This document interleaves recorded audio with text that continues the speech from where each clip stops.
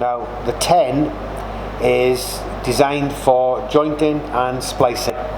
The 10 fits into the tool, label upwards.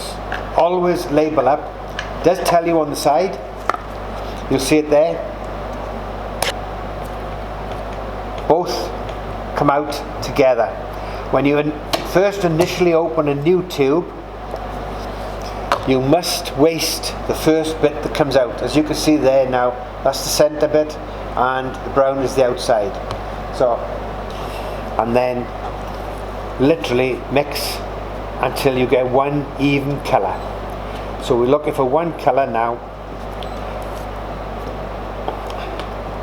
Clean your tool in between for mixing, because you notice you still get colour of the light and the dark on there. We want to make sure that we have one even mix right throughout.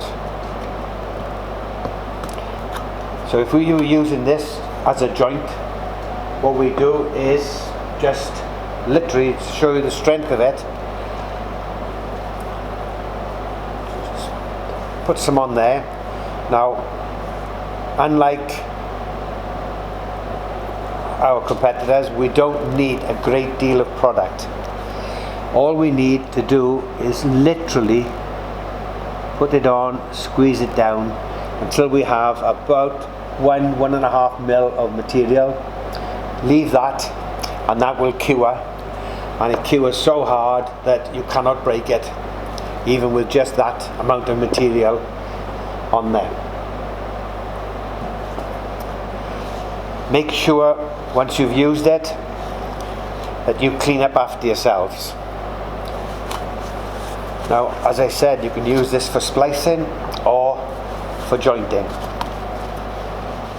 If, for instance, we were doing a very large repair, then we would recommend that you splice them in first and then completely cover over with the 60 afterwards. That way you totally protect the wood underneath.